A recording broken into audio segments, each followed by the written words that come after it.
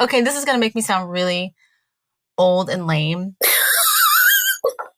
Is it Nas or is it like Naz? That's Nas. Yeah. Nas. Mm-hmm. I'm Jen Taylor-Skinner, and this is The Electorette. So today's episode is a little different. Today's guest is actually a friend of mine. And the moment I met her, I immediately saw this light, right? I thought she was the warmest, kindest person in the universe. Today's guest is Bev Gooden. She's a domestic abuse activist, and she's the founder of the Why I Stayed hashtag, which gives a safe space for women online who've been victims of domestic abuse to talk about their experience. Her empathy and passion for this issue is just palpable, and having that empathy is what makes her the perfect advocate. So this episode's a little different because it has a conversational tone. There's lots of laughing and giggling and, kind of palling around, just like listening to two girlfriends just chatting over the phone. Anyhow, we talk about celebrities who've been caught up in domestic abuse situations and their abusers like Nas and R. Kelly and, of course, Trump. So I really hope you enjoy this episode as much as we enjoyed recording it. Here is my conversation with Bev Gooden. Bev Gooden, welcome to the podcast. Thank you for having me. I just want to say that I'm so happy to talk to you because we met in DC last month. Yeah. At the American Women's Party Conference. And I remember talking to you at breakfast, and I was just thinking, she's the warmest, nicest person that I met. Goodness. And I was just so happy because we bonded over hair. Over hair, which I don't have anymore. I cut all of my hair off. I know. So liberating. How is it? How has it been so far? I love it. I was trying to figure out why I didn't do it years ago. When she was shaving, because I'm completely bald, so when she was shaving all my hair off and I just saw my features, I don't know, I feel like it makes my features stand out in a way that I haven't even really seen before. Yeah. My ears, oh my goodness, I have ears. They're there. You can see them in the mirror. That's wild. Yeah. But no hair is a look, is hair, right? Like no hair is a hair look, right? So, but I knew when I met you, when we were talking about it, I knew you could pull it off. I just felt it. Did you? No, you didn't. Okay, all right. Kidding. I was hoping, because Me too, girl, because I was like, ooh, if this does not look good, I'm about to be walking around here looking a mess. But I'm so happy it worked out because there is kind of no going back. Yeah. Well, from bald. You could go back. But, it grows so fast. Yeah. I had a dusting of hair 2 days later, and then by a week it was a full head. And I'm like, you know what? I did not go bald to have hair in a week. This is expensive. I was thinking I'm about to save so much money by not having any hair, and now I have to go to the barber once a week, and I'm just like, this is not what I planned for my life. But it's 98 today in DC, I think. So I appreciate not having hair. It's fun. I've never heard the phrase dusting of hair. It's like snow. It's like it's snowed hair. It snowed on my hair. It was like just a gentle dusting of hair, not full hair, but you could see that there were sprouts. It was trying to sprout up. And I was like, really? 2 days? Come on. I'm thinking they're bald. People who go bald, they're bald for weeks, and then maybe once a month they get it. No. That's not. Well, you look good. But it's fine. Thank you. So I have to say, when I was talking to you at the conference, I did not, it took me a minute to realize who I was talking to after a while. And I realized that you were on the panel and you were telling your story about the Why I Stayed hashtag. And I was kind of blown away because you were so approachable and so warm. And I was like, oh, she did that? She did the Why I Stayed hashtag? Man. So, can you just talk a bit about the hashtag? And, it started after the footage of Ray Rice punching his fiance at the time. So what was it about that instance of domestic abuse that moved you so much? Several things. That was 2014, I believe. The summer or early fall of 2014. And at that time, I had left my own abusive marriage. It had been about 4 years. So when I left my marriage, I left in complete silence. I did not tell anyone other than, the necessary parties, my parents, my sister, my brother. Everyone knew I had gotten divorced, but no one knew why. It wasn't something that I was a public advocate for in any way. I didn't talk about it. I did a lot of donating to different domestic violence organizations, and I would post anonymous blog posts, things like that. I was back in the end of the blogging days, kind of, but post those, and that was it. Like, I didn't feel comfortable talking about it. I didn't feel comfortable expressing anything about it. It just happened. It was over. I was out of it. So I remember that day that the story was released by TMZ. And along with the story, there was a video. And the video was of him punching his fiance in an elevator and then dragging her out of the elevator. And so TMZ released the video. It was a much different time on Twitter. It was kind of in between. I got on Twitter in 2010, like right after I left my ex-husband, and it was all just kind of fun and jokes then. No one really knew each other. We were just kind of all talking into the void. And by 2014, it was still sort of the same, but I think more people were coming over to Twitter from Facebook or wherever they were before. And there was a larger audience there. There were more people there than there were before. I wouldn't say that I had a large following. I had maybe a few hundred people followed me, not even in the realm of, what some activists have today. And so I was just, there talking about coffee, probably nothing important, just talking about morning coffee. The video comes out, and then within minutes, almost immediately, within minutes, people were asking, why would she stay with him? Yeah.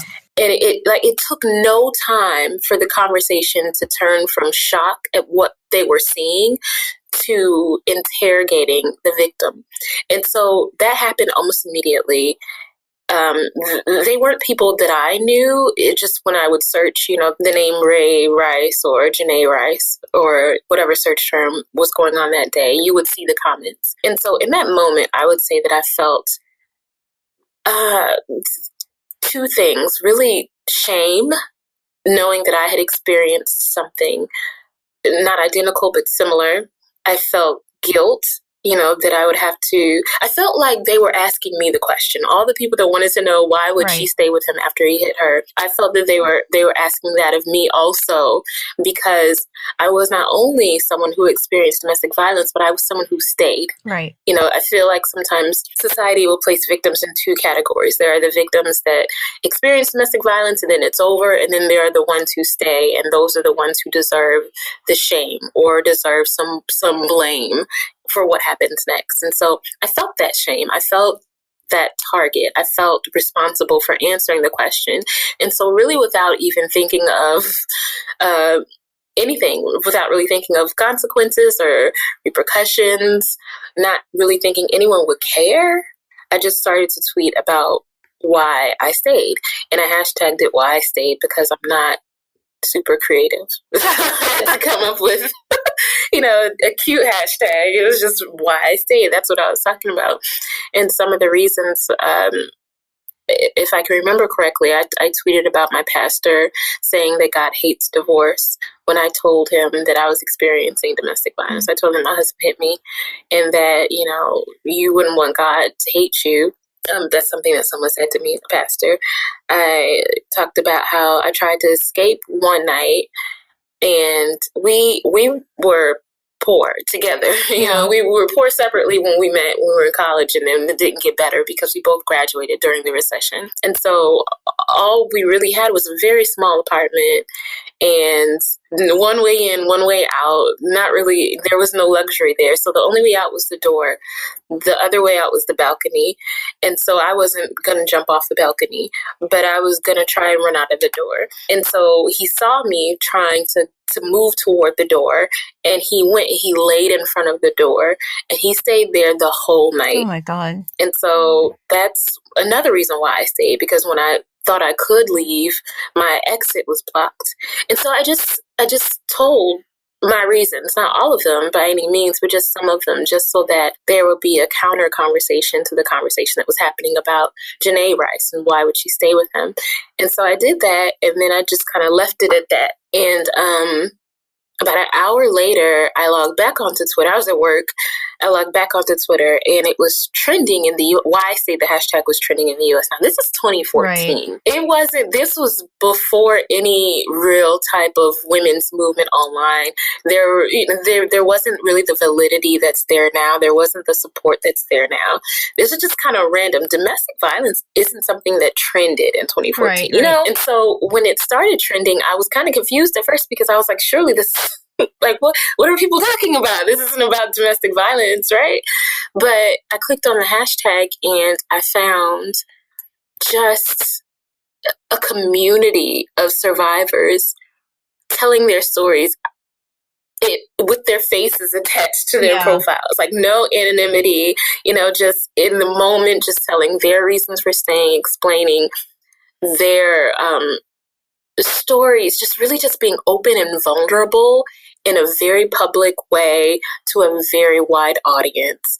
And it was shocking to me. It was really almost unbelievable because I hadn't seen anything like that before. I think when I was thinking of domestic violence back then, it was more about the people that actually work in the field day to day, you know, and they're talking about the statistics and they're, you know, putting out research and just, you know, doing advocacy. And that was kind of limited to you going to their website to see it. They weren't really heavy and active on Twitter or social media yet. It was a different time. And so just to see a mass conversation about domestic violence, but not only domestic violence, victims being centered in the stories of domestic violence was just really unbelievable. It was shocking. It was, and after I got over the shock of it, it was really encouraging.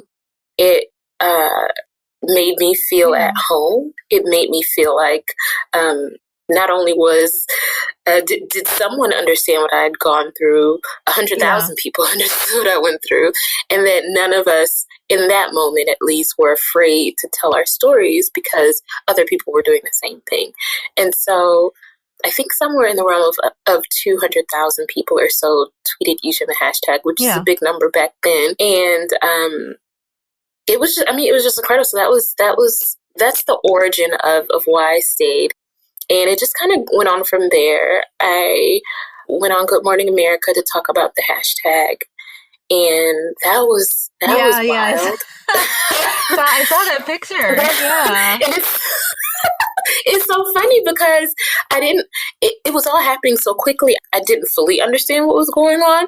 So when they were like, hey, come, we're going to fly to New York and you're going to talk on Good Morning America. I'm thinking I'm going to go on Good Morning America and I'm just going to sit behind like a desk somewhere in a corner and just kind of talk about my experience real quick. And then that's it. I did not know I was going to be on a stage with Robert Roberts and Dr. Phil. I just didn't know any of that was happening. And so this is not what I should be thinking about. But I was like, I do not have on the right shoes for this. I had on a really nice top because I was thinking it was going to be from the top up. But then I had on some random jeans and some like random sneakers. And I was just like, wow, I should have dressed better for this. But it didn't matter in the end, really, because once it was going on, Robin Roberts was so gracious. She is probably the most gracious, kind person I've ever met. And she just made the interview very comfortable. She let me tell the story. She let me tell my story. And it was just beautiful. It was amazing. And so since then, every now and then I'll go talk to different groups about domestic violence. I'll talk to college students about violence, which is really where my heart is. My heart is with teens. Teens are experiencing domestic violence. It's such a high rate. Different forms of domestic violence, with the rise of social media and digital violence and revenge porn, they're experiencing things that I did not experience, that didn't exist when I was in the relationship. So I talk to them a lot. I focus on, explaining the complexities of domestic violence, talking about the signs, and also talk about healing. I'm finding that I'm much more interested in survivor joy than I am in survivor pain. I think one of the things that is encouraging to me right now, especially with Tarana Burke, who founded the Me Too movement, is that she talks a lot about healing. She talks a lot about how important it is to share our stories, but also how important it is to focus on self-care and how do we move forward and how do we heal and what does community look like. And so I think with the Why I Stayed hashtag, initially it was about a lot of victims coming together and sharing their stories and creating a community. And moving forward, it's been about, speaking to each other about what are the forms of healing, what does therapy look like? How do you access that? What did it mean for you to stay? How did you escape that situation? What did it look like for you moving forward? So it's kind of transformed from, I would say, like a revolt, saying, here's why I stayed and you just have to deal with it, to, here's the exact reason why I stayed. What can we do policy-wise so that the people that have stayed, are staying, are planning to escape can experience life differently going forward? So that's why I stayed. That's the hashtag story. Wow, that's so much there. But I think one of the things that stood out to me when you said that it felt like they were questioning you. They were asking you why you stayed. But the interesting thing about that question, and a lot of questions that people pose to women, is that it's not really a question. It's rhetorical. It's a statement. They're saying, right, I don't really want to know why you stayed. I think you should have left. Mm-hmm. That's what they're actually saying. Right. And I think one of the beautiful things about what's happening now in the current women's movement is a lot of the questions that we ask women are now being questioned. Why are we asking women why they stayed? Why are we asking them what they wore? Why are we asking them why did she go with him? All of these questions are coming to light. Like, we should not be asking these questions, right? Mm-hmm. And before, we could just ask these questions and it was just, it's just a question, right? But it's not just a question, right? It's a statement. Right. It is. It's a statement. It's almost like an accusation. I think, when we think about why people even ask, why would you stay? Like you said, it's a statement. Right. They don't really want to know. And, that's something that I've discovered over the past 4 years since the hashtag started. People don't really want to know why you stay. They don't really care why you stay. They want you to know that they oppose your decision. Yes, that's all. Exactly. Yeah, we disapprove. And we want to know that we think that you are, whatever. Right. And so talking about your Good Morning America appearance, you have that photo and you look good. Thank you. As the background to your I didn't even notice your shoes. I'm going to go and I'm going to look at your shoes. Oh, now. Yeah. It's tragic. I had no idea. I was like, well, we're here now with these shoes. These are the only shoes I had. So. But you've got that photo and you've got this tweet pinned to your page. And when I saw that tweet, it was, really moving to me about Kellis, mm-hmm. who was married to Nas. And, he just had an album that came out. But she's given, lots of interviews and testimonies about her experience with him being in this abusive situations, right? And your tweet says that, she kept saying, I'm not mm-hmm. weak. So I was listening to this interview with her. And not only did she say, I'm not weak, she also added, and I think a lot of people miss this, she goes, I'm not a saint. I hit him too. And we hit each other.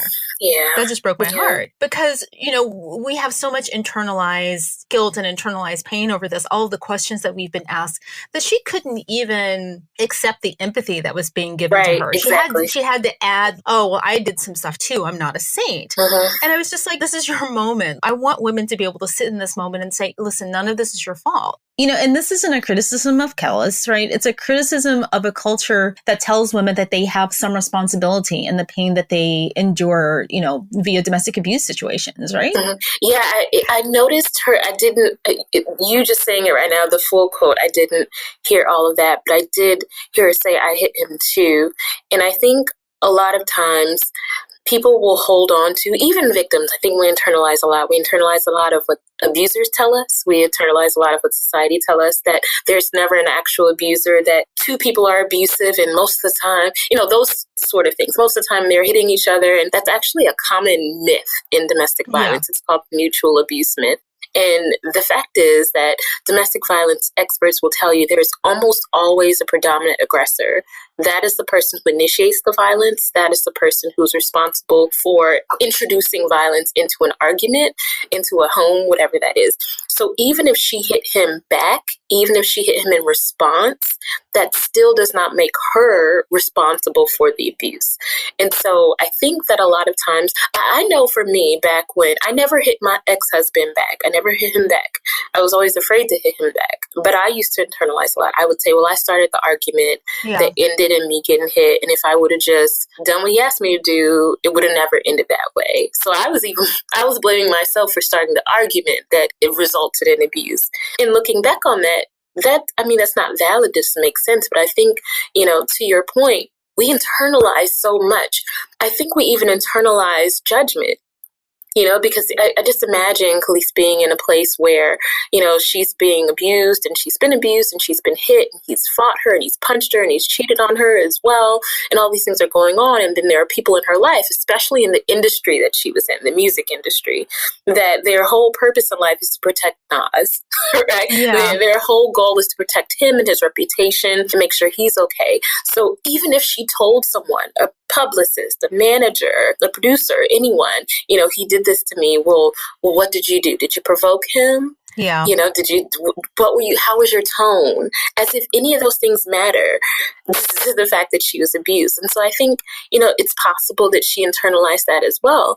When there were a few people that I told about the abuse before I got out of it. I mentioned one was my pastor. Yeah. I told someone else as well. And even they were like, well, you need to think of ways to get him not to hit you. You need to be... Someone said that to me. You need to think of ways to get him not to hit you. And it's not funny, but it's just stupid. It's unbelievable. It's so unbelievable. And so they were like, well, can you speak to him in a better way? Can you just create peace in your home? He doesn't feel the need to be violent. It was still on me. God. It was still on me. So I imagine Khalees carries a lot of guilt, carries a lot of blame. People have attributed blame to her. And even if she, hit him, or even if she was abusive as well, because that's possible too. Men are abused as well. But even if that's the case, whenever he hit her, whenever he initiated violence, he was then the abuser, and that's not her responsibility. That's not her fault. She has no fault there. And I think a lot of victims find fault in themselves because we're told that there is fault in us, especially if we're doing something that's anti-society, if we're doing something like staying. Because Khalees stayed with him, just like I stayed with my ex-husband. They were staying there. And so to society, she's automatically responsible because she could have left, quote unquote. You could have walked out the door. You could have been gone. You could have talked to him differently. You could have not hit him back. You could have done all these things. So surely you're also responsible because it wouldn't have happened again if you weren't there. These are all things that we're told, and it's so easy to internalize that. It's easy to internalize that because you already are in pain. You're already in emotional turmoil, and you're already thinking of ways to get out of the abuse, whether it's the abuse ending or whether it's you having to leave, whatever that looks like. You're already thinking of ways. And if someone's telling you, well, the way to get it to stop is to behave differently, you internalize that. You think, okay, if I just act differently, it'll stop. Yeah. And it never does because it's not our fault. Yeah. It's interesting that and I just want to put this on the table because it really bothers me when people bring this up, not you specifically, but when people bring up, oh, well, maybe she did hit him, or, men can be abused too. Sure. Right. Of course. That wasn't the dynamic here. I don't think anybody believes that, that they were equally aggressive in this case. That was not the dynamic here. And, 99.999% of the time in an abusive relationship, when a man gets hit or hurt, it's because the woman's probably trying to protect herself, right? Defend herself. Defensive wounds. In those 0.00001% cases where that's not the case, we can talk about that separately. Right. It doesn't even need to be in the conversation usually. And I don't want to be dismissive of the men who've experienced domestic violence, right? I know those statistics and numbers are out there, but when a woman is talking about her domestic abuse situation, that's just not the right moment to talk about what she may have done. No, definitely. I think one of the other frustrating things about, and I hear a lot from men's rights activists, unfortunately, sadly, I hear a lot from men's rights activists, but the other thing that frustrates me about that is when they say, well, men experience violence just as much as women. And that's absolutely not true. I mean, that's not even close to being true. The research doesn't bear that out. The statistics don't bear that out. Sure. I mean, yes, it's 1 in 3 women and 1 in 6 men. So no one in their right mind is saying that men don't experience violence. What we're saying is that women experience violence at higher rates. Women are the ones that are more vulnerable to domestic violence, to intimate partner violence. It is women who are experiencing these things at rates that call for something like the Violence Against Women Act. That's specifically for women. It says women because, it's even in the name. It's in the name. And so I think that's one of the frustrating things when I hear that a lot from men specifically who just want, if there's no better way to say it, but they just want to regain the upper hand. Yeah. You know, they just want control of the situation. It's, well, we experiencing it too. Yes, we know, obviously you do.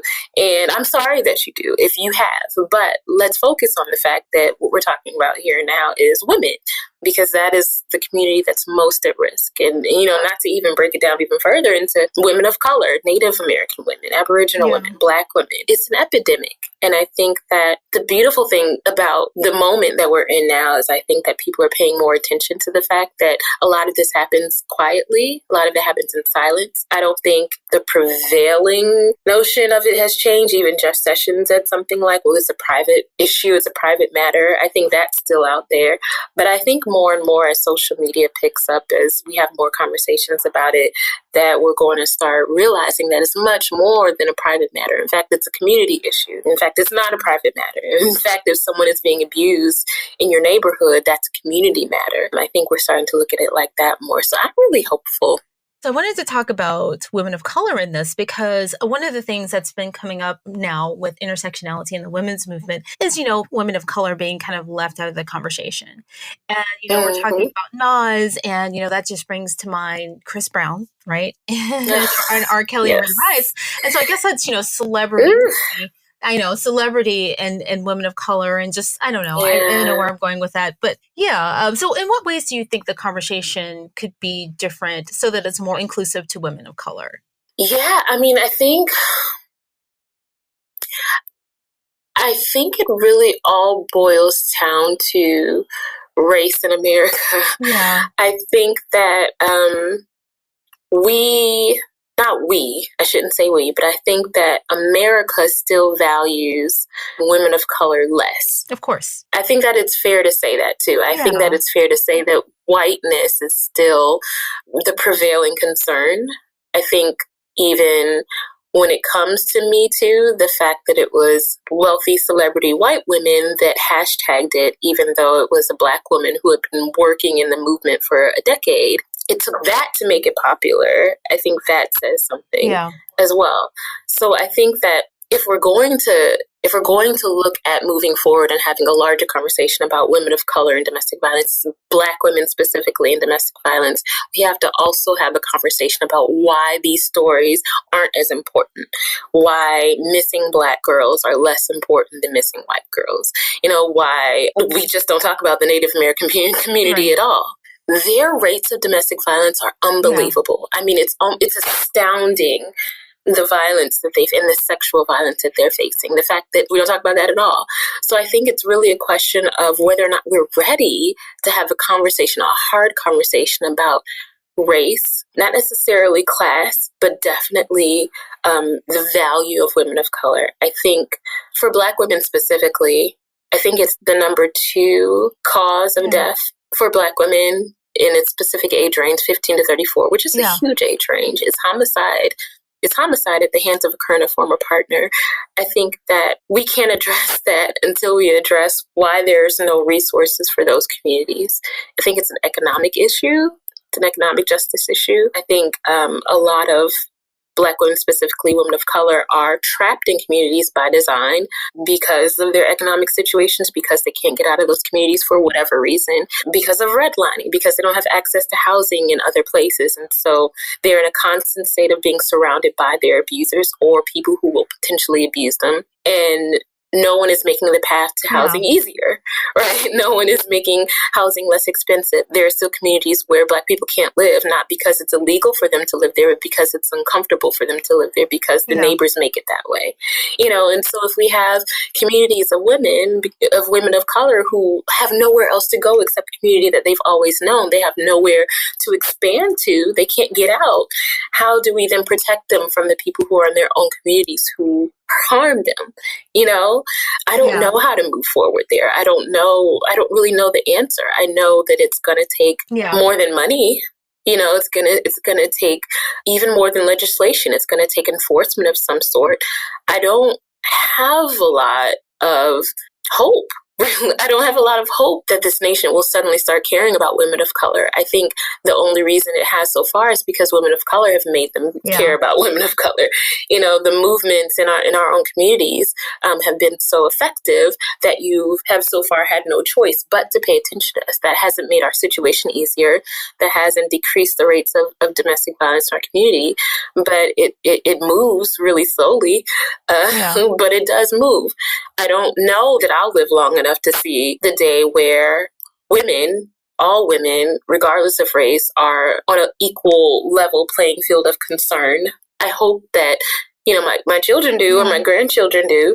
I hope that happens. But I don't know. It's a really sensitive area for me because I think about it a lot and it weighs on me a lot. As a Black woman, I see things like that happen and I'm like, well, why didn't they care when we said it? Yes. Or why wasn't there a mass movement when we were talking about it in 2012 or in 2010 or in 1990? Why didn't the arc of justice move in our favor when we said they're killing us? And then all of a sudden it takes a few tweets and then everything changes. And so I don't know.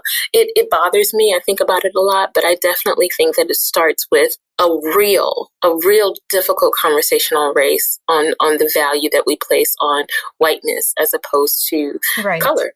No, I mean, you're absolutely right. I mean, all of our big social movements and all of women's issues and all of the movements around feminism and domestic violence, specifically, when you think about those words and those movements, I think that, people may not say it out loud, but the default is not a woman of color.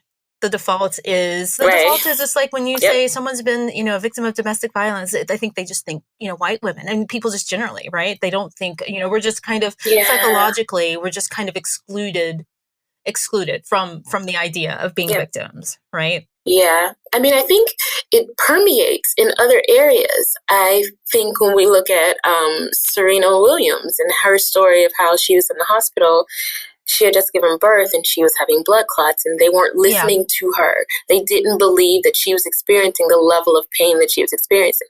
And now we know through the research and recent news reports that Black women, the medical professionals, don't necessarily believe that we have the level of pain, the same level of pain as white people. Yeah. That for some reason, our Blackness makes us less susceptible to high levels of pain. That's what?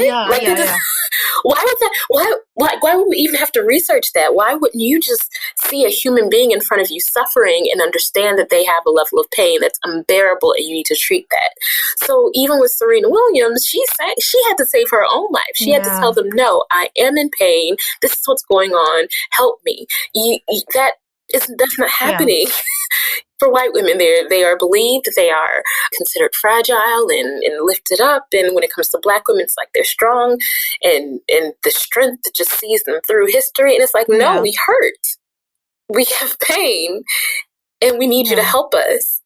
And so I think that the conversation has to center around that. I think it has to center around how we view Black women, how we view women of color, how we view their stories and their pain, and whether or not we see it as valid, and whether or not we see it as worthy of our attention. And it hasn't been so far. Wow. I had blood clots. I actually had blood clots last year. Oh, no. And my doctor did not detect it. And I was sent home. And I actually had to, it just woke something up in me. I actually had to save myself. Like I drove myself to the emergency room because I thought, I think they're missing something, right? And so I did that. And anyway, that's a long other story. We can talk about that over drinks sometime. But I was just thinking, thinking that, and I love my doctor, like she's really, really nice. And I was just thinking that, but maybe even subconsciously, she sent me home because, Black women are strong. You know what I mean? And like maybe I did it to myself thinking, there's nothing wrong with me. Anyway, so that's a whole other. I mean, I feel like you want to say, well, if they say there's nothing wrong with me, but then, even with you, which I think is brilliant, your intuition told you something's wrong and I'm going to drive myself back, but why do we have to always save ourselves? You know how exhausting it is to always save ourselves? Like, come on, help us here. Yeah. I don't know.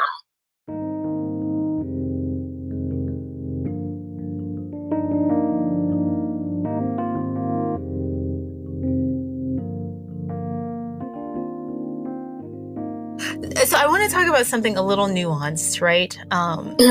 Blackness and celebrity, right? Because I talked about Chris Brown and R. Kelly and Nas and Ray Rice, all of them, they're celebrities, right? And I tweeted something a few weeks ago about, the joy that Black people felt over Meghan Markle's wedding. And how, how Black people will celebrate other Black people. Like, we just celebrate other Black people. And we're very protective, especially of our Black men, when they have celebrity. And I wonder, how that plays in also protecting Black males who are celebrities, even when they are abusive, right? I mean, I don't know. That's just kind of a nuanced thing that we do, right? And I think there's a layer of protection that we have for, I don't know, celebrities. What do you think about that? Yeah, I mean, I think you're right on it. I think you're absolutely right. I think, in our community, especially in the Black community, we are told by mothers, by our fathers, by our leaders that we need to lift up these successful men because so many of them never make it, or so many of them are oppressed in other ways. So that when one of them makes it out, when there's success, that we can't tear them down. Even with Bill Cosby, you can't tear Bill Cosby down, and you got to stand behind R. Kelly and whoever, And it's all because, we've experienced such oppression in so many ways for the entirety of our existence here that when any of us see like even an inkling of success or wealth or, celebrity or just the simple fact that we don't live in the neighborhoods we used to live in, it's like we have to protect that. Yeah. We have to protect that person. We have to protect that man. And then we start to hear whispers, right? There's the whisper network. Then we hear, he sexually assaulted someone here, or he forced oral sex here, or, he abused his wife. I mean, abuse for Black male celebrities goes way back. I mean, they were, Jimi Hendrix was hitting people with bottles and psychedelic rages, so it's not new. It's been there. But, it's the whisper thing. We don't talk about it. We don't talk about it because we don't want to tear the Black men down. But it's so dangerous because we're doing that at what cost? Yeah. Like the price is the safety of women, specifically women who are not wealthy and who are not insulated, but women who are vulnerable and who are also facing oppression in their own ways. Right. I don't think it's innate to us, but I think it's something that we've been told we should do. We've been taught, to protect the Black male celebrity. We've been taught that is, those are our leaders. Those are the people that made it out. They're going to be successful, and we should lift up that success. I mean, you actually rarely hear that said about the Black women. Yeah. Who says that about Black women celebrities? Yeah. I mean, no one really. No, Beyonce now. I think that's happening now. We protect Beyonce at all costs, as we should. but who else? I mean, that's a recent thing. You don't really hear that. And so it makes me look back on my own childhood, on my own youth, and think of all the people who I was taught that we need to care about and protect and lift up. And they were all Black men. They were all Black male celebrities. They weren't Black women. They weren't the Josephine Bakers. They weren't the Ella Fitzgeralds, who we know they were being abused in jazz clubs, but we weren't told to protect them. We weren't told to lift them up. It wasn't even a Felicia Rashad. We were more worried about Bill Cosby. It wasn't even her that we were protecting, So I think it's an issue. I think that what gives me hope about that, though, we're not standing for that anymore. That more and more people, women, are leading the charge against people like R. Kelly, even if, the rest of society and the music industry and whoever is not really on board yet. I think that since we're so vocal about them now, we're not going away. We're not going to forget that it happened, and we don't believe in the whisper network anymore. We're being loud about it. I think that's going to change. R. Kelly's still out there touring and singing, but I think he's on the clock. Like, I think his time is limited, and that's due to the work of Black women who have been organizing and speaking out for a decade about that. So, but I think it's definitely an issue in the Black community. I think that it's one that can change, though. I think as older generations leave us and, maybe aren't as vocal anymore, newer generations, our generations that'll come after us are going to start being louder about what we will and won't accept. And one of the things we won't accept are the R. Kellys and the Bill Cosbys. That's not happening anymore. We're not doing that anymore. Yeah, you just made me think about protecting Black women or lifting them up, right? And I think that when we do talk about protection in relation to Black women, we talk about them protecting us, right? Like they take on this role of being, maternal, like Oprah and protecting us. That's but, so good. but like, yeah. When the tables are turned and we need protection, everybody scatters. Like, where are you? We need you to protect us. I mean, I'm off of Twitter for a little while because of an incident. But before I left, I saw someone tweet about the fact that, so Lil' Kim, who is a rapper, if the audience doesn't know, don't want to make assumptions about their hip hop knowledge, but Lil' Kim is a rapper and she's had a lot of cosmetic surgery, just to the point where she does not even look like the person that she once was. Well, I saw a tweet the other day that was explaining that she said that the reason why she's had so many of them is because a lot of them were reconstructive, because she's been in several abusive relationships and she's had her nose broken and she's had her face split and just several different things have happened to her as a result of being abused. And so she's had all these surgeries. And someone said really poignantly that a lot of us were so focused on making jokes about her appearance that we didn't hear her say, help me. Yeah. That we didn't even hear her say, I'm being abused. And the reason this is happening is because my face is split open, and so that's someone, that's someone who needed help and just imagine how many people knew, because it's not like Lil' Kim was, living in a bubble. Yeah. People knew, people could see that she was getting her nose broken by her partners. They knew that she was getting hurt by them. And I mean, there was no mass movement to protect her like there has been to protect R. Kelly. Yeah. Well, and he's the perpetrator. No, I didn't even, this is new to me. I did not know that. You're right. I didn't know either. I didn't know. Yeah. But I mean, that's the point. Like, we should have known, because someone should have been loud about protecting her. It shouldn't just be, a week ago that I found out that Lil' Kim had been in all these abusive relationships and had all this reconstructive surgery because of them. Who dropped the ball there? Who didn't let us know that we should be advocating for her? Who wasn't loud about protecting her? Yeah. When we're still loud about protecting us. Yeah. We're loud about Chris Brown still, 10 years later, talking about protecting Chris Brown. And we didn't even hear that we should be protecting Lil' Kim. Yeah. Like, come on. Yeah, God, there's just so much there. Because I wanted to talk about, and this is not specifically about Black women, when you said we were so focused on making fun of her. Do you remember when Melania disappeared a few weeks ago? Yes. Period. And so, there were all of these tweets about, where is Melania? And, they were kind of making it into a joke, right? Whenever anyone would confront someone who would joke about where is Melania, they would say, oh, we're really concerned because, Trump has a history of abuse, which is true. But, I mean, were they really concerned? Yeah. I mean, I really doubt anyone who said that. And, I was just thinking, it doesn't matter who you are, if you're a celebrity or you're not, if you're conservative or you're not. Yeah. Women who were potentially in abusive relationships, they all kind of deserve the space that your hashtag has given women, right? And I was just so angry over, these repeated tweets about where is Melania? Where's Melania? She had just had kidney surgery. She's probably... Oh, is that what happened? Yeah, that's what she said. She said that she had, kidney surgery. I don't know if that's true or not. People were alluding to the fact that he might have hit her, or, there might have been some domestic abuse there. But the fact is that people were not kind. Right. Yeah. Yeah. And even she deserves the space to be wherever she needs to be to deal with this. Yeah. Yeah, I mean, because who knows what's happening in, her marriage? Who knows what's happening in her home? Who knows? Who knows? I mean, if Trump can be emotionally abusive to an entire nation, surely he could be to his wife. Yeah. Because that's what he is to us. He's a gaslighter. He's abusive. He is literally trapping children, I mean, he is responsible for so many terrible things. I think you're absolutely right. I mean, we do have to give her that space.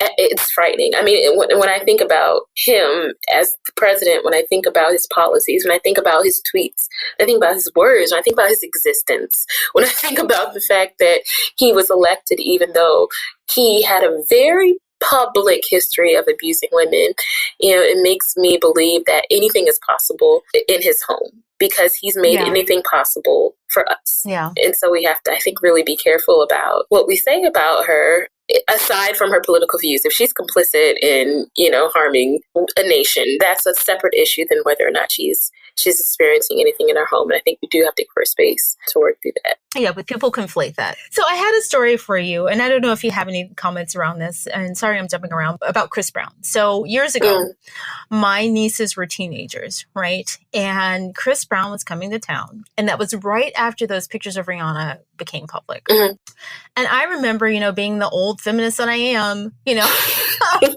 love it. wagging my finger and, saying, I can't believe you're going to go to Chris Brown. Do you know what he's done? And they looked at me like, you old lady. Did they? They were like, we're going to see Chris Brown. He's cute. And I'm like, oh, and I was just thinking, like, it's so sad because, these women, like you said, teenagers are victims of domestic violence. Or how can we get them to not see that, that feminism and, not being a victim of abuse and speaking up is not just, for old feminists, right? Like, right. How can we get to them? Yeah. I mean, I think, when I talk to college students specifically, a lot of them are 18, 19, fresh out of high school, fresh in, a new world from home. And they really care, much more than I thought they would about preventing domestic violence. I think they've seen a lot of violence already as a teen. And so, but at the same time, they're conflicted because a lot of the people who are violent are their friends. Yeah. That's what I run into. I run into a lot of teens who are friends with someone who is abusive, and they don't want to stop being their friend, but they don't want the person to be abused either. And so they just kind of are stuck between a rock and a hard place. They just don't know what to do. And so I don't know how we get them to understand that it's a really serious issue that they should, take part in advocating against. But I do know that they recognize it and they're experiencing like an internal conflict. And I think that has a lot to do with youth. I mean, I'm 35, so I am pretty set in my ways. So, so if someone is abusive, that's a deal breaker for me. I don't care what your art form is, if it's music that I used to like, whether it's, painting or whether you're a spokesperson, an athlete, I don't care. It doesn't matter. I'm not supporting you anymore. When it comes to teens, they don't make that judgment that quickly.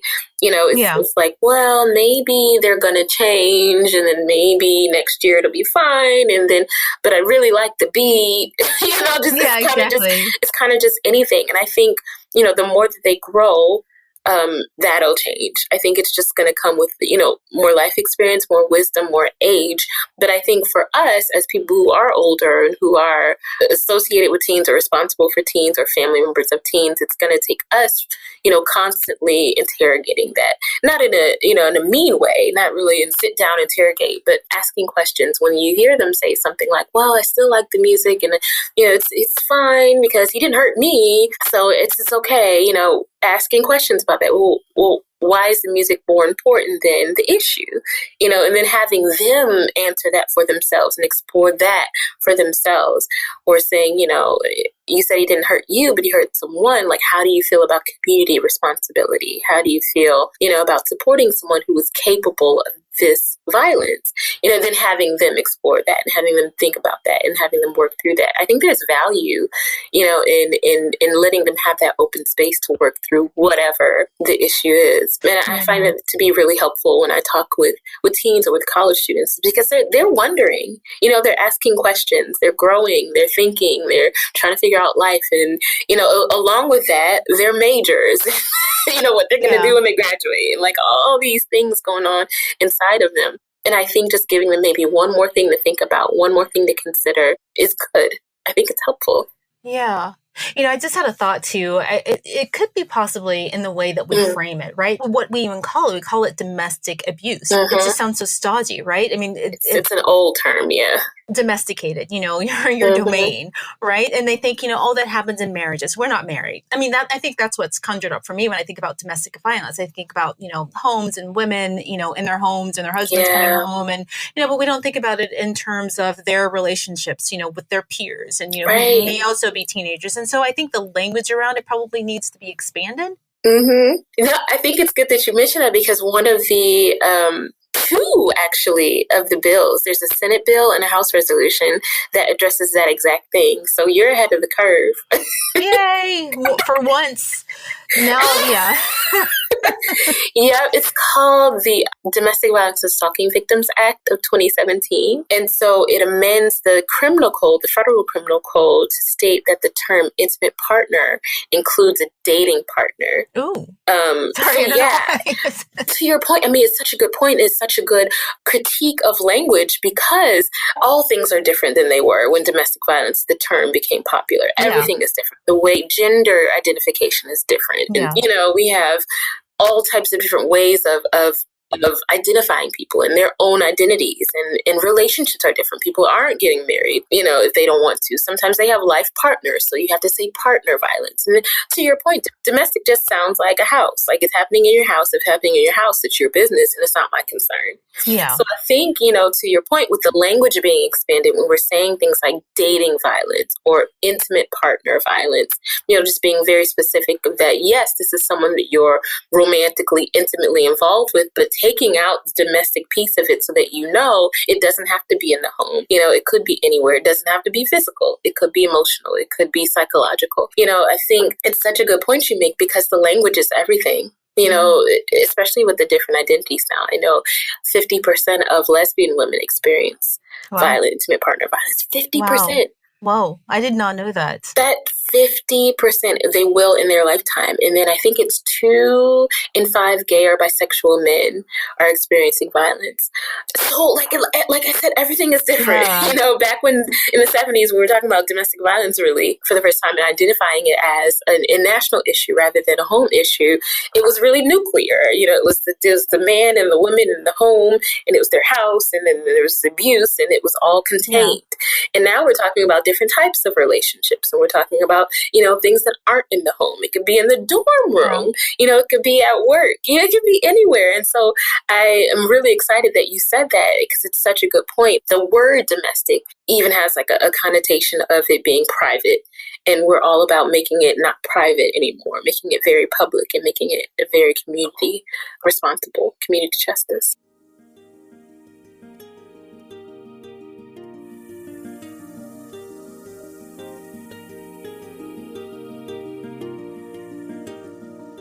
So tell me about your bulk bag project. What's your bulk bag project? Yes. So one of the ways that I planned my escape from my marriage was by creating an escape bag. And it was really hard to do, because what I would do is he would give me grocery money every week. We had one car. And so most of the time he would take the car to work. But when he hated grocery shopping. So when grocery shopping needed to be done, I had to do it. And he would give me the money. He would give me the keys to the car. And so I would go do the grocery shopping. So when I decided that I was going to try to get out, I would just take, like, if he gave me $100, I would take $10 from the grocery money and just kind of stash it away. Or I would go to the mini toiletry aisle, that you travel, maybe, what do they call it? Travel, the one with the little things. I would go to the little things aisle and, buy some of those. And so what I started to do was create a bag with toiletry items, deodorant, toothpaste, toothbrush, just whatever I would need if for any reason I had to run, and I wanted to have some sort of, dignity the next day. I think that's really important when it comes to survivors, just, having dignity, being able to take a shower and wash your hair and brush your teeth and have deodorant, participate, in society. I think that's really important. And I wanted to be able to do that. And so I just created this bag. I put a few articles of clothing in there. I made copies of my driver's license and things like that and put that in there. Keys, just put them in there. So basically it was just an escape bag. And that is what I took with me when I left and went to domestic violence shelter. And so a few years ago, right after Why I Stayed happened, I was just kind of thinking about some way that I could contribute something more than just my story, contribute something that would, directly affect the lives of people who were a part of my community now, people online, people I didn't know yet. And so I decided to create the Bolt bag. And so Bolt, B-O-L-T, just is, bolt, and you run out of the door when you run out of a situation. And all it is a bag filled with toiletry items and, sometimes there's gift cards in there, but like baby wipes, if you let me know you have a baby, hand sanitizer, toothbrush, toothpaste, deodorant, things like that. And so I created that and I send them out to whoever wants them. So a victim of violence. I think last year I sent probably about 300 out. Wow. The year before, 200, 250. The first year, there was less, which it's increased year by year. But I send them out to whoever needs them. I don't ask questions. Not asking questions is really important to me. A lot of times when you seek services, you have to give a lot of identifying information. Yeah. By law, really, because a lot of people receive funding, from different sources, especially federal funding. And there are certain things that you have to, know and put on paper so you can do reporting. I didn't want any of that. I don't want anyone to have to tell me their name or who they are or their last four of their social or their date of birth or their phone number or anything. I just want you to ask for something and we give it to you and then you go. And we never have to know who we were. I don't have to know you. We don't have to talk about it the next day. And so the Bolt Bag Project was designed for that. It was designed for anonymity. It was designed as like a quick stopgap. It's a crisis intervention. And so that's what I do. A lot of people reach out in different ways, sometimes through Facebook, most of the time through the website. There's a form there. And all I ask for is a safe mailing address. It has to be a safe one.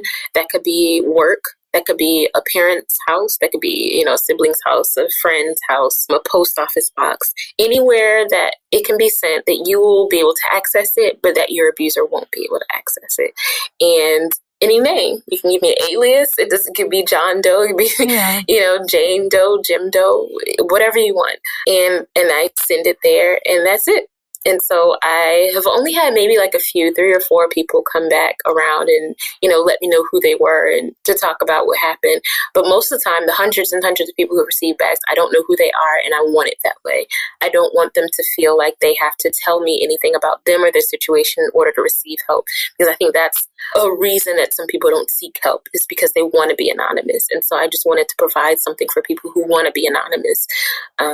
And that's the Bolt Bag Project. Yeah. So, do you send these out yourself? I do. I do. So it's, me or my mom. It's one of the two of us. We fund it ourselves. So most of the time yeah. Oh, well, we've gotten, a lot of times people will donate just when they hear about it. And that's always a blessing. I really enjoy that. But it's one of those things where whether we get donations or funding or not, it's still going to happen. I have a certain percentage of my own paycheck that I set aside for it. And sometimes we can only send out 10 or 20 a month or, 10 a month or 5 next month or 30 next month. But so we funded ourselves. I have all the Bolt bags in storage. We create Bolt bags. And I put them in storage. Some of them are in my living room. They're everywhere. But so it's something that is really impactful for me, even though it's something that I'm doing. It helps me in 2 ways. It helps me see patterns. One year, there was a whole lot of boat bag activity in Utah, which seemed random at first until I think 6 months later, an article came out about the increase of domestic violence in Utah, and then it made sense, right? Because I'm sending all these out there. So it helps me see patterns, but it also, I think, keeps me connected to victims in a way that doesn't require anything on either of our parts except that one shipment. I love that. I love the fact that it's anonymous. I love the fact that it's quick. I love the fact that it's necessary. I think, I really can't understate how difficult it was for me to make that bag myself because I was always afraid he'd find it or he'd notice, that money was gone.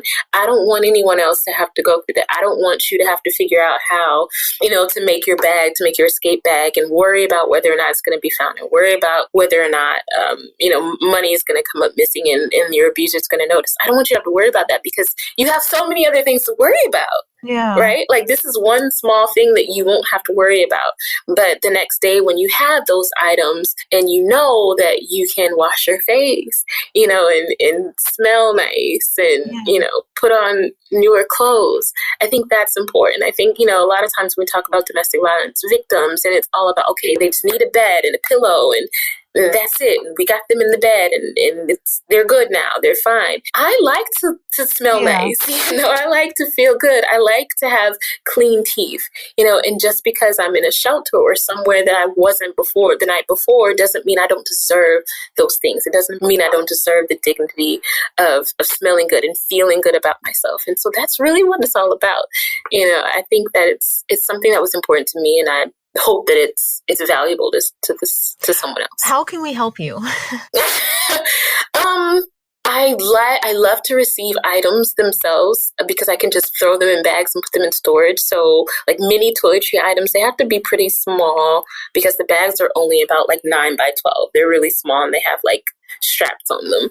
And I have a P.O. box on my website, beverlygooden.com. Donating is fine too. The LMA Foundation has its own P.O. box, so that's completely separate. But mostly, I think I'm okay now. I have the shipping covered. I have items covered. I think mostly it's just getting the word out because I don't know that as many people know about the Boat Bag Project as could. And I think that we could be sending more bags out to more people.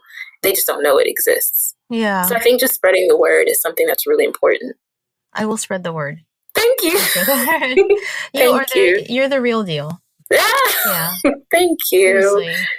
So what about legislation? Are there any bills that are coming down the pike that we should watch out for? Yes. So I mentioned before the Domestic Violence and Stalking Victims Act of 2017. So that's actually, I want to give out the numbers. It's Senate Bill 1539 and House Resolution 2670. They're identical. They're just in both. And essentially it is, the bill amending the criminal code to state that the term intimate partner includes a dating partner. It also makes it a crime to sell or dispose of a firearm to someone who's been convicted of a misdemeanor crime of stalking. So I think that's really important too. So the second one is the House Resolution 1963, and it's the Fair Housing for Domestic Violence and Sexual Assault Survivors Act of 2017. And that was introduced by Debbie Wasserman. There's been no movement in the House since May 2017 on it, so I'm not exactly sure where it stands. But that bill amends the Fair Housing Act to prohibit discrimination against survivors of domestic violence in the sale or rental of housing, which is really a big deal because a lot of times domestic violence can be considered a nuisance, and a lot of landlords will deny applications of survivors of victims because they think it's just going to bring nuisance to the community, and they can't do that. I mean, because victims and survivors need somewhere to live, and so I think that bill is really important because it specifically states you can't discriminate on the basis of someone surviving domestic violence or sexual assault, and you can't not rent to them because they've experienced that. Yeah. What's the one thing that you want people to know about domestic violence victims? Oh, that's a good question. And I hope this answer isn't too sad. But I think it's important to know that domestic violence victims specifically experience lifelong trauma. So if you know someone, if you're in relationships with someone, or if you're a friend or family member of someone who has experienced domestic violence, their life is forever changed. And learning how to speak to them, be around them, be in community with them, be in a relationship with them can be really challenging at first. But I think it's worth it. I think, we don't talk enough about how trauma rewires the brain. For me specifically, having experienced domestic violence, having been in that relationship, everything is different for me now. Before I was one person, now I'm a different person. I don't fight, I flight. I hypo-react to all kinds of situations that my brain will read as dangerous, even if it's not dangerous. So for me, in relationships, if I sense that there's an emotionally high situation, I will withdraw. That's just what happens. I withdraw. I sense danger. And so it can be really difficult for people, who date me, or people that I just know in general. If someone makes a really sudden movement around me, I will flinch because I don't know what that movement means. I don't know what comes after that. I just don't know. And I think it's important to remember that about people who have experienced domestic violence, that their lives have been forever changed, that they've experienced a trauma, a very violent situation that is unlike really any other situation. And so we should, as people who love them, as people who care about them, really handle them with care and really let them lead the way in intensity and in speed of whatever relationship dynamic we have, whether it's romantic, whether it's friendship, whether it's family. And I think that's really important to know. So I just wanted to say that. Yeah. Actually, you reminded me when you said that on the panel, I'd forgotten that you said that. And, I have people in my life, who aren't really open about what's happened to them in their past, but they have really similar reactions. There's a lot of fear and a lot of anxiety sometimes in their reactions that just come out of nowhere. And you reminded me that we need to always hold empathy. We always have empathy for that. for that experience, right? Because it's I don't know, it's a really hard thing to be on the other end of that, right? Especially if you aren't causing harm to a person, but they're suddenly fearful. Yes. Right. And instead of being defensive, to have empathy. Yeah, I mean, you've been hitting the nail on the head this whole conversation. But yes, I mean, empathy, I think there's something to be said for someone choosing not to be defensive, but choosing instead to care, to ask questions about what's going on. I've dated just a few people since I've been divorced from my ex-husband. Some of them couldn't quite understand why I reacted the way I did. Some of them were very empathetic about the situation. And I think it just takes understanding. It takes knowing that you are dealing with someone who was systematically torn down, but not only systematically torn down, harmed physically. Someone that they loved and someone that they trusted may have tried to kill them more than once. And what that does to your brain, to your actual brain, to your actual reactions is different than what might happen if you just experienced a breakup and there was no danger involved and there was no violence involved and, you're sad about it, but you go on to love again. It's completely different for someone with domestic violence. Everything has changed. You don't know who to trust. Someone that you love hurt you. They were different in the beginning and then they suddenly changed and they said they would stop and they didn't stop. So, I mean, just think of trust there. How do you rebuild trust? You have to have a lot of therapy and a lot of compassion. And so I just wanted to say that because I think, a lot of times when I'm, in survivor circles or when I'm, listening to stories about domestic violence or reading about them, we talk about healing, we talk about therapy, and all of those things are necessary. And we talk about, compassion, and that's also necessary. But I think it's really important to know and understand that handling someone that has experienced domestic violence with care is essential to maintaining a relationship with them if you want to. It has to be a very intentional act. It takes a lot of maturity, and it takes a lot of understanding. But I think it's something that's worth it. And I hope that more people can do it. Yeah. Oh, it's so powerful. Yeah. Thank you. Well, Bev, thank you so much for joining me. I have loved this conversation. No, I did too. I really did. I think talking to you, even from the day we met, I knew that you were someone that I wanted to be friends with. Aww. Someone that I wanted to know. I just think, just your spirit and your intelligence and your kindness and just, the way that you're not afraid to challenge is just something that's inspirational to me. And so thank you for having me on. I'm going to cry. I really enjoyed it. Yeah, I love it. It was awesome. Yeah, thank you. So thank you. Okay, I'm going to stop now.